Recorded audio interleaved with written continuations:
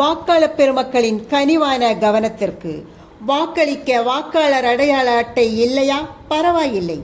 ஆதார் அட்டை, ration card, passport, bank அல்லது post office கணக்கு புத்தகம், ஓய்வூதிய அட்டை, மருத்துவ காப்பீட்டு அடையாள அட்டை, அரசு நிறுவன அடையாள அட்டை, ஓட்டுநர் உரிம அடையாள அட்டை, பான் கார்டு, 100 நாள் வேலை வாய்ப்பிற்கான அடையாள அட்டை, எம்பி அல்லது எம்எல்ஏ அடையாள அட்டை மற்றும் மாற்றுத்திறனாளி அடையாள அட்டை, இவற்றில் ஏதேனும் ஒன்றை காண்பித்து உங்களால் வாக்களிக்க இயலும். அதற்கு வரைவு வாக்காளர் பட்டியலில் உங்கள் பெயர் இடம்பெற்றிருக்க வேண்டும்.